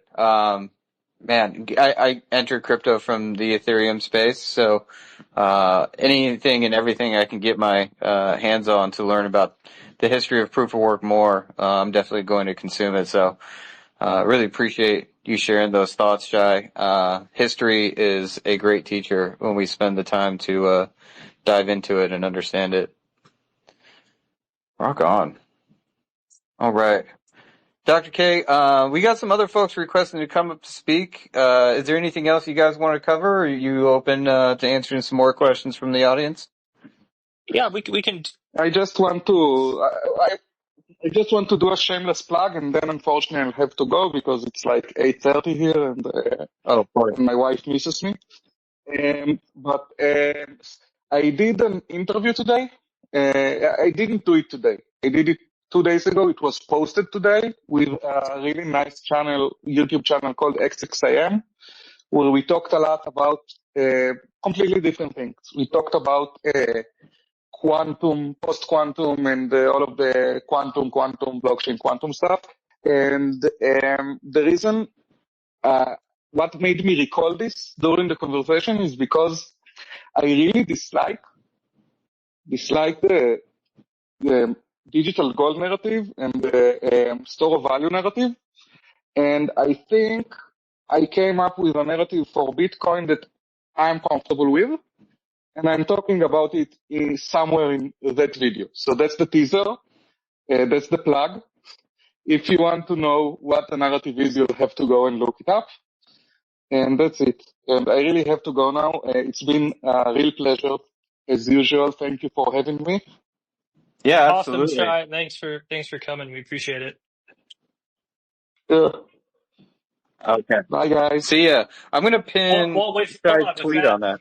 oh yeah, go ahead and pin that tweet. And also, since we're doing shameless plugs on interviews, I have one scheduled with Vlad tomorrow. So There you go. if people know who he is, he's the Bitcoin All-In podcast. Anyway, Bitcoin takeover. takeover. There it is. Yeah. All right. We're doing that tomorrow at noon. That should be a got that marathon. interview. Oh, heck yeah. Oh, noon for you is like middle of the day for me, right? Yeah. Uh, Noon is when we started this, so it's 7, I guess, for you. it's not that bad. Okay, cool. But So we'll I'll try record it, to... so if you can't tune in, it'll be hopefully a fun watch. He went 7 hours with Amir. We'll see if I can beat him. Sure. Okay, bye, guys. Thank you so much, Shai. Shai. Have a great evening. Bye. Thank you so Man. much. Appreciate it. Thank you. Absolutely. All right. Let's see. Hopefully you guys can still hear me. My space is bugging out a little bit, but we got all the relevant tweets for the conversation today up in the billboard up top. I see a podcast with Shai on XXIM. We got Shai's article on the Qubic versus Monero. They are preliminary results. I shared my tweet on the Block Explorer we were looking at yesterday to dive into this further. So, man, we've covered a lot of topics today. Jonathan, do you have any final thoughts or anything you're thinking about now based on what we just discussed? I think it was fantastic. I'm not like 100% convinced yet of the results, but I want to, see what he has to say, when he really dives down into the research and perhaps produces, a more verifiable proof. But yeah, I think it was a fantastic conversation. I kind of want to just turn it to the audience for a little bit, just see if we have any people who want to speak, anybody who has any questions. We can take like a few minutes to answer some community questions. I know, Shai's not here, but, we can always, speak from what we know, ourselves as researchers. If anybody has any questions about what we're building, about the protocol, now would be a great time to answer some of those questions. Absolutely. Yeah, if you folk were requesting to speak, I'm looking for you down there in the audience. Feel free to re-request. I'm also going to hop over to the comment section, see if I see anything in there. Interim, Dr. K, any additional thoughts?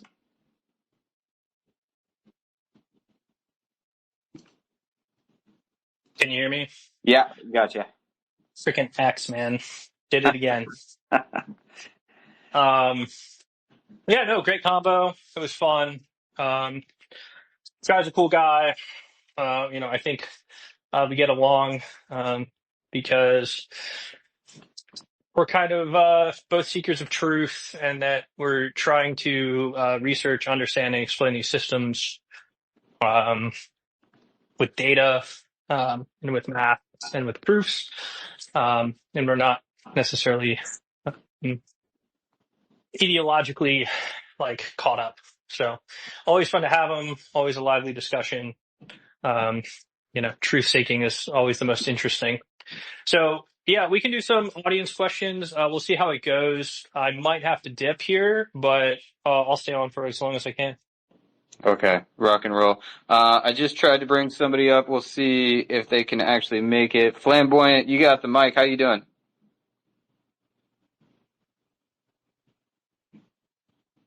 Good. Can you guys hear me? Yep, gotcha. Go ahead. Yeah. Quick question. Is this space, is it mainly about Qubic or mainly about proof of work? Because I really didn't understand that one. Great question. Well, Qubic's in the spotlight when it comes to proof of work these days, and the team's both looking at it hard due to all the research that we're doing. Go ahead. Yeah, just to be clear, right? Qubic's kind of been making the rounds because of this attack they've been leveling on Monero. And so the majority of the space, we had myself and Shai from Kaspa, and we were talking about the different reasons for why that is, and some of the ways that you can prevent liveness attacks with sub-majority hash, including things like work shares, which is something that Quai Network uses. So that, selfish mining, things like that have been the majority of the space. But yeah, Qubic has been highlighted because of their attack on Monero. Our intent was not to make it a Qubic space, but we did end up Yeah, talking. exactly. That's why I'm asking, because I don't want to steal your space. Because I mainly would have questions regarding Qubic and regarding the whole UPOW attack, first of all, and furthermore, but only if you really want to answer that. Do you think that could also be done with other bigger coins?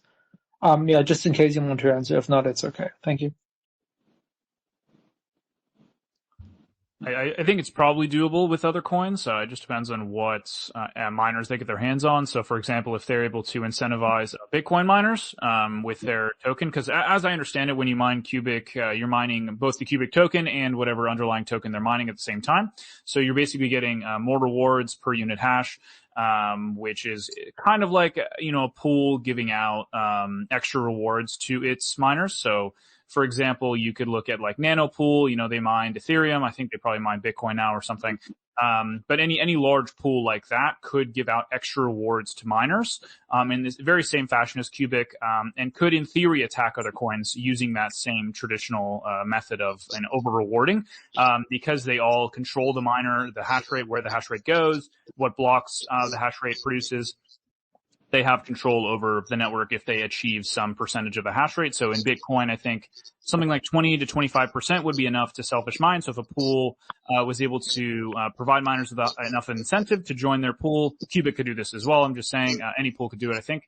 I don't think that Bitcoin is even something to discuss, right? What Qubic is doing is they're using people's hardware that are running their miners to mine other tokens, and they're not even giving those tokens back to the miners. And in some cases, they're using it to attack other tokens, which is maybe a research interest, but in terms of being able to attack other tokens, they would be limited to what they can do with their mining hardware. So Bitcoin is perfectly safe because you couldn't even come close competitively mining on general purpose hardware, which is what the Qubic network has to bring to bear relative to an ASIC.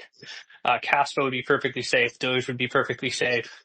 Litecoin would be safe, right? Like no matter what, like even if Qubic was huge, they would never be able to attack an ASIC leveled system. In terms of their attack on Monero, I think it's uniquely vulnerable because it's a CPU mined coin and it's probably the largest coin that they'll be able to attack. Okay. Did I hear that correct? You said that Doge could not be attacked. Correct. I Thank wouldn't you. be so quick to say that. I mean, if they're able to amass hash rate, they can amass hash rate, right? All they have to do is but like script on that versus because right. Okay, so what they would have to do is they would have to change their algorithm to script and then attack Doge. Right. Yeah. They'd have to incentivize miners enough to switch to their mining pool, which they actually do. They also can only hit at like their economic weight, which means they're only going to be able to attack systems which have relatively close to the hash rate which they're running, right?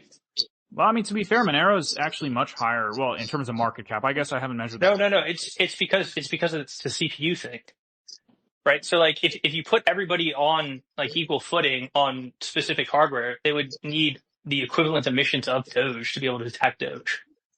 Yeah, emissions. Yes, that's true. Yeah. So I mean, so they're both algorithmically bounded and economically bounded. Yeah. So if I understood you correctly, it's really an algo question. I think it's a market cap thing. It's algo plus miner rewards for unit time question. It's both of those. Okay, thank you. Good questions. Alex, we've been going back and forth in my comment section. How you doing? You got a question? How's it going? Yeah, so you guys were saying we never went over 35%, but CFB or whoever, someone in Qubic team took off incognito mode a few minutes ago, and for a brief while you could see Qubic hash rate on the actual mining pool stats. It's there again. 44%? It's there again? Yeah, it's there again. If you go to miningpoolstats.stream and refresh, Qubic.org is at 41%. Let's be clear about like what we're saying. Yeah. Right. With proof of work mining, there's this concept of variance. So if you take a very tight interval window, if I say take 10 blocks, even with 20% of the hash rate, 2% of the time, I will get 10 blocks in a row. Yeah. That doesn't mean I have the majority hash rate. That just means I got lucky for those 10 blocks. So when we're talking about hash rate, you have to run a longer average to reflect the variance in a sample population. So based off Shai's analysis that he presented, my interpretation of that is the maximum hash rate that Qubic got under a sustained interval was around 37%. Okay, but you can see the hash rate on mining pool stats. It's set not the block. We're not talking about blocks. It shows the hash rate. You couldn't see it before because we were purposely hiding it. Now it's publicly visible. We were purposely hiding it to show you that you could do this without you guys noticing. But now we took it. I wonder why we took it off. Right, but it's an API, right? So the pool reports via API what its hash rate is, right? But that's like an API. Like that's basically saying, oh, your pool like says you have 3 gigahash or whatever it is, which is it's possible that it's true. Right. Like, we're not saying that. Yeah. So I'll put it this way. If that API were to present over a 50% number for more than 2 hours, I would agree that you have over 51% of hash rate. If it transients above and below 50% during that 2 hour interval, you statistically do not have 51% of the hash rate.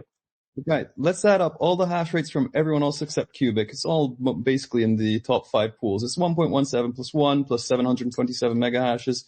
It sums to like 3.2 gigahashes per second, something like that. 3.5, I'll give you that. 3.5 gigahash per second. What caused this drop? You're always around 6 or 5, and now you're at 3.2. Is it us Qubic guys with our APIs messing up your guys' APIs? Or did you? No. Or just to be clear, like we're not Monero, we're not mining. We were just talking to Shai about his analysis. So like we don't have a dog in this fight.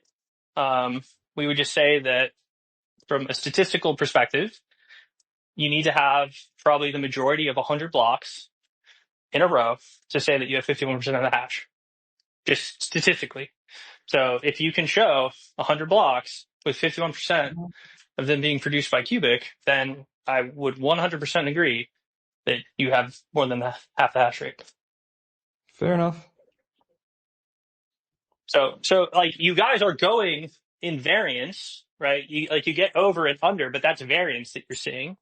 If you were to do it for 2 hours or 3 hours without going under, 100%, 51%.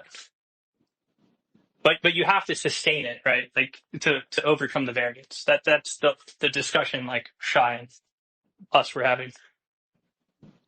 So Man, this is super interesting. but Jonathan, it is 37%, to be clear. Like I think the number is 37%, at least based off the graph that Shai produced. yeah, fair. So like Jonathan, that's not like an insignificant amount. And you guys are very negatively affecting liveness on Monero.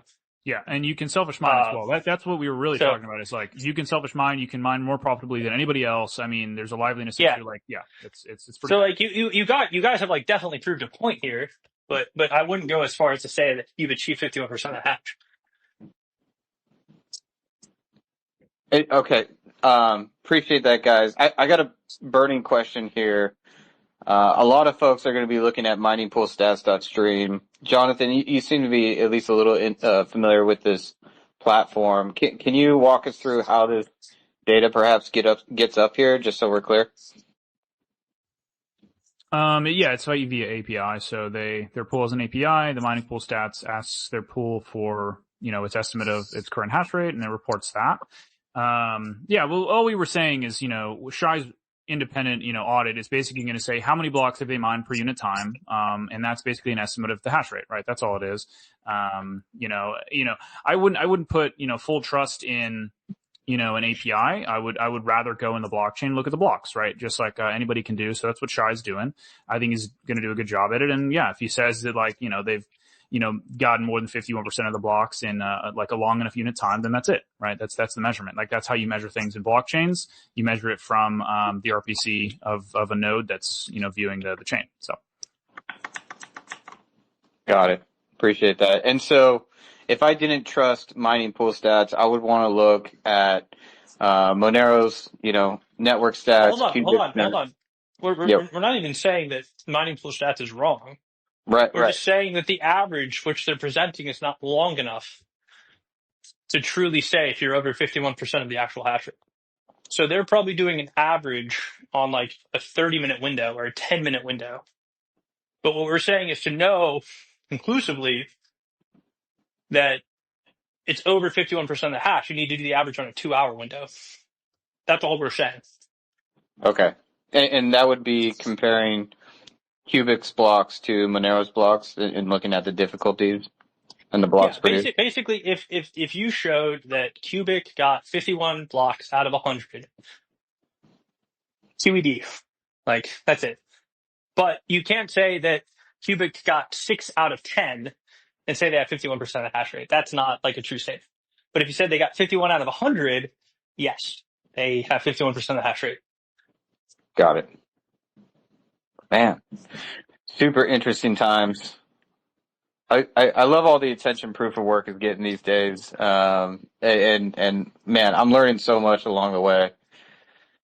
This is fun. This takes me back to some of my previous lives, doing some network analysis on port scanners and whatnot. Getting a little nostalgic over here. Exciting times. I'm going to keep my eye on mining pool stats. If I have a chance, I'll try to dive deeper. If anybody else out there is diving deeper, let me know. Really looking forward to more content from Shai as well. Super interesting stuff. Nice. All right. Let's see here. I'm going to go dig up Shai's latest tweet on PRF. He wrote an article recently.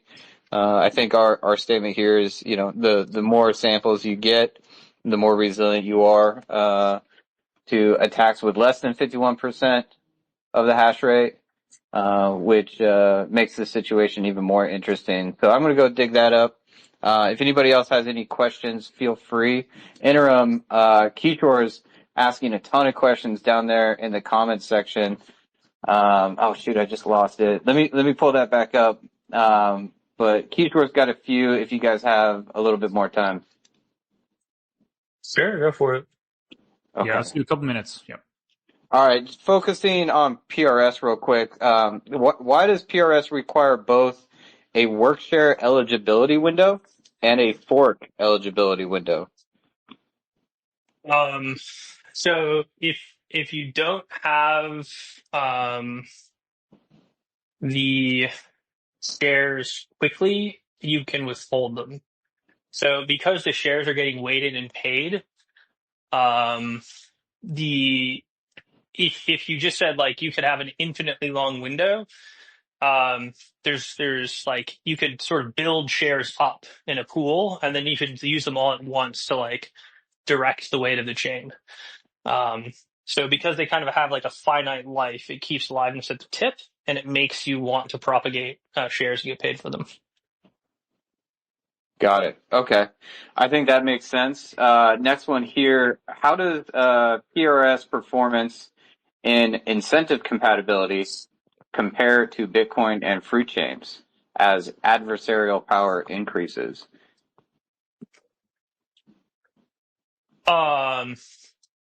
Yeah, so if you look at PRS, what we basically said is that we've proved that you have to have 42% to start to have liveness attacks, which for something like Bitcoin or Monero is 30%. Got it. Sorry. I should say liveness attacks. I should say selfish mining attacks. So that's still under a rationality assumption of economic rationality. Slightly different, but it's better. It's the point. Fruit chains basically says that you can get to 51, but to do it, you basically have like an infinitely long liveness window. Okay. Yeah, So, but workshares improves it significantly, though, right? If you're talking about the fork choice rule, right? well, there's other advantages of workshares beyond Nash equilibrium and reward splitting, as well as eliminating selfish mining. Obviously sharding, subnetting, and determinism and fork choice, right? Like all of those are implied. But if we're specifically talking about like the property of being able to compromise liveness with submajority, like it's a significant improvement, right? Like because to get to 42, that's a lot harder than 30. Yeah. And that's applying it to the fork choice rule, right? We're talking about weighted workshares. Yeah. Okay, got it. Yeah. Nice. Okay, let's see here. I got perhaps one more for you all. We're coming up on 2 hours now. Is honest minority security always a consequence of how much work was spent? And is it completely agnostic to the chain selection rule? Let me reread that a different way here. Honest minority security is always a consequence of how much work was spent and is completely agnostic to the chain selection rule, and it is always linear. Is that statement true? No, so that's kind of like what is not like is the dispositive is shown both by fruit chains and PRS. Okay. So I would say that is not true. Like the point of those is to show that is not true. Got it. So Got it. like because it changes the consensus rule to make the minority go to ideally a majority, right? And the presumption under proof of work is always 51%. Like once you get to 51%, like you can't go better than that. No one's ever like even conceived of a way to get better than that, but no one's ever actually showed 51%, right? Fruit chains technically I think is 51%, but it's on like this infinitely long time scale, so it's utterly impractical. So the highest that anyone's shown that has a practical timescale for liveness is PRS, which is 42%. So we know that there's an upper bound assumption at 51. No one's ever gotten to 51. But the highest anyone has ever shown is 42.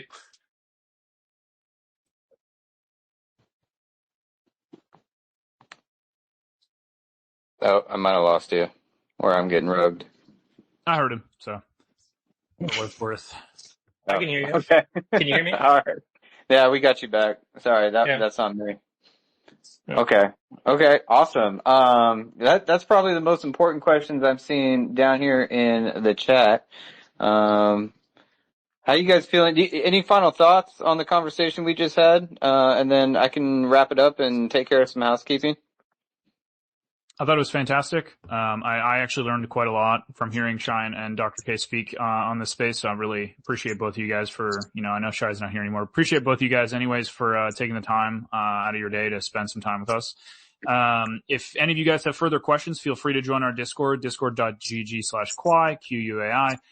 We'll be happy to answer any questions you have about the protocol, about research that we're doing in the space. We're going to be publishing some more research soon as well. We're super bullish on proof of work. We think proof of work's the future.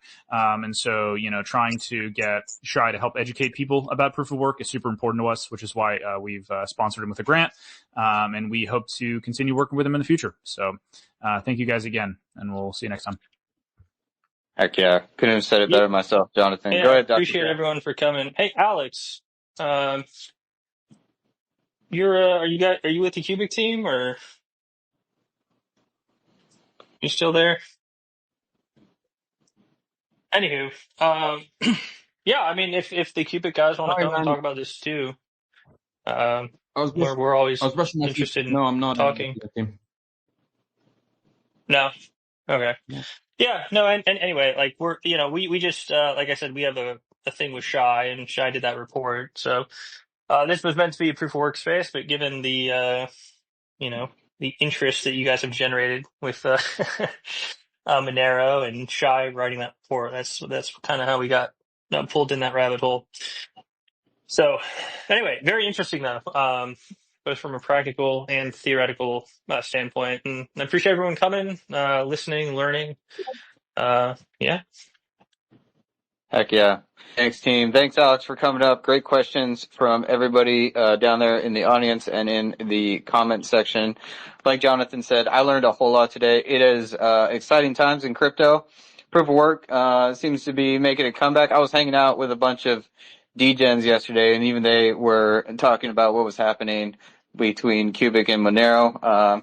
Aptly timed with the Quai team's analysis with PRS and partnership with Shai. So you're here. It's happening. You're a part of history.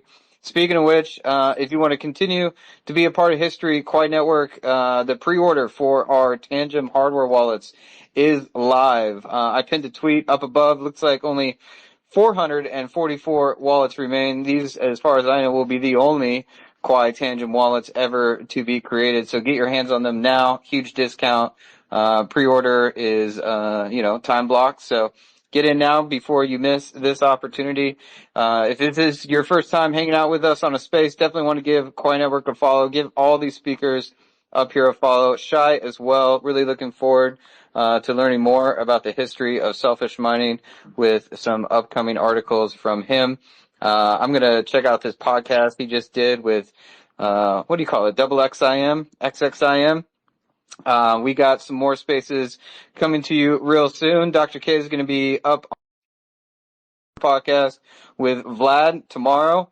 Sounds like that's going to be a marathon. The Quai team will be chatting with Tangem tomorrow as well. So if you're interested in hardware wallets, you don't know much about Tangem and you'd like to hear it from the team, Friday tomorrow, that'll be at noon Central Time.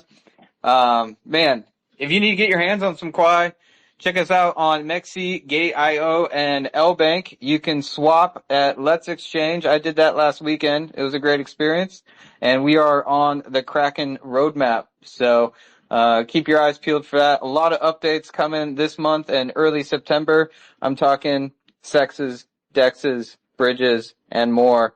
So, you're still early here at Quai Network. Really appreciate everybody tuning in. Jump into our Discord. We got 2 of them. We got one for the community. Join the Quai Nation.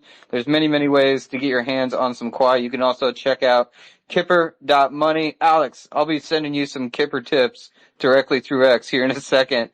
So you'll have your hands on some Quai. You can get some by just onboarding onto Kipper, and then you can join the Quai Nation in our Discord. Good times in blockchain.